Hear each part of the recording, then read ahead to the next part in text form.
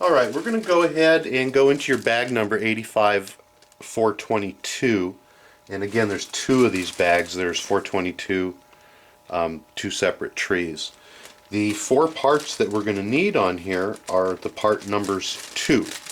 And there are two of them on each tree. And those are the square cage, plastic cages here. Let's go ahead and take those off of the tree. And if you can't find them on the tree, they're most likely down in the bottom of your bag. And again, that's why we seal them up each time. So let's go ahead and grab those four pieces. There's two from that tree, and there's two from this tree.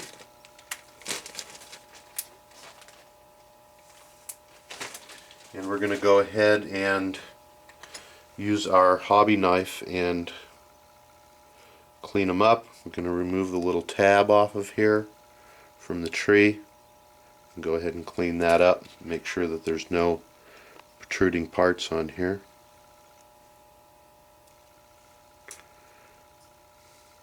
It's always worth the time to clean up all the little spurs off of the plastic parts. It's amazing how many times they can get in the way and cause things not to be right. And I can't tell you how many other people's cars I've grabbed at certain times and ripped skin because there's a big old tab hanging off. Okay, so we've gone ahead and cleaned those up. So we're going to lay out the four separate cages here. And if you'll notice, on the cage there is a front and a back. They are bowed. So what we're going to do is, and if actually they're bowed on two ends, and they're not bowed on the other two parts. So what we're going to do is lay these down with the bowed portion towards the bottom and towards the front, just like that. Let's go ahead and position all four pieces the same way. Just like so. Now we're going to grab our silicone diff lube again, and we're going to put a very small drop on each of the four corners of this unit. The reason is that we are going to put these metal washers on there, and they just set on there, and a little bit of the silicone, or you can even use a thicker grease if you would like, keeps them from falling off and makes them just a little bit more manageable as we're trying to work with the pieces. And this is, they're not that heavy, and I have found that just a very small little amount of the silicone diff fluid on there will make all the difference in the world in saving you from frustration of having these things fall apart. Okay, that's done. Let's go ahead and grab our four metal washers. And again, as we look at these, we're going to see that there is a rounded portion on here and a flat portion because they are stamped.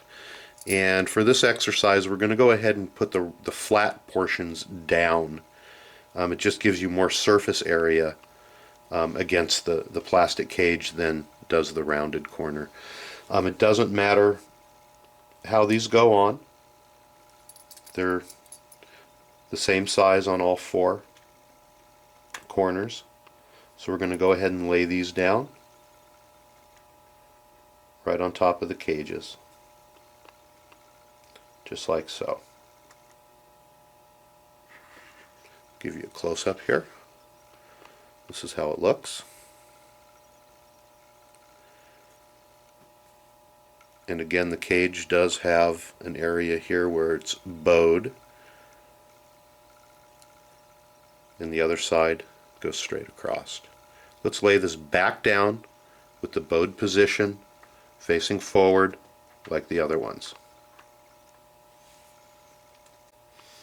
Okay, now comes the part where people tend to get somewhat frustrated because we're dealing with three parts that we have to hold together at one time. What we want to do is take a look at our diff halves that we already have made, and you're going to see that one side here, the tabs are thinner than the other side. If you match them up, you can see that there's definitely a difference here. This one just has holes through it going this way through the tab, and this one has threads through it. And we're going to be working on the diff half part, which is thicker, or in this instance as well, is the one that has the threads. So let's go ahead and place that center forward and get ready to insert the cages with the gears. Let's go ahead and grab the 4 gears out of your parts tray. Lay one down in front of each cage. What we're going to do at this point is, remember the front part here has the bow in it. Okay? And what we're going to do is we're going to keep this area pointing down, the bowed area pointing down, and we're going to grip it with 2 fingers, one on the front and one on the back, so that the 2 pieces don't fall apart. I'm going to go ahead and set my case where it's real easy to get to here, and we're going to grab one of the gears, and as you're looking at the metal portion here and then the flat portion, the gear is going to go in with the flat portion setting inside, just like so. So that's how it's going to look as you're looking at it. That's how it looks from the back side. Again, we want to make sure that all the pieces, 3 pieces, are staying together flat, and that the bowed section here is down. If you look into the diff case half, you're going to see that there is a notch here, and what we're going to do is we're going to slide this assembly down inside that notch,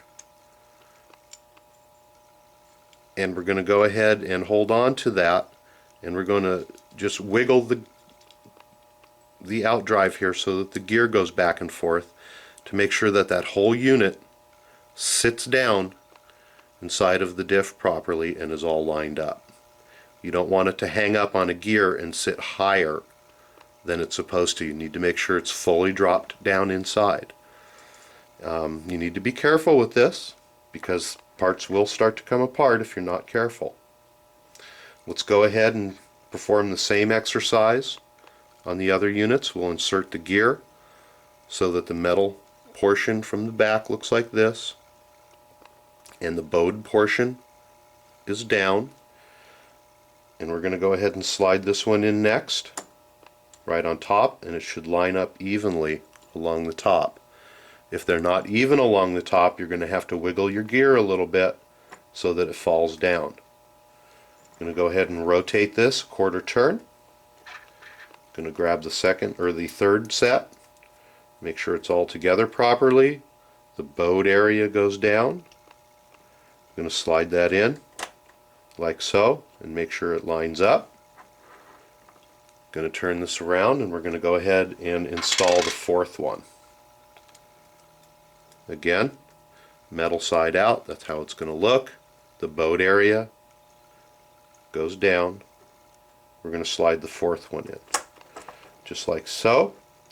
And that one's not quite lining up. You see how it sits up higher than the other ones? I just wanted to show you that. Basically, again, I'm just going to put my finger on here, grab the bottom of the outdrive, and just wiggle it a little bit until it pops down, and it's all square. This is what it should look like when it's properly put in. Should be a square, and all the tops on here are flat. You still don't want to go tossing this around or turning it upside down or moving it. I was pretty brave holding it up to the camera here because at this point the parts are just setting in there and they can very easily fall out. So you do want to be gentle.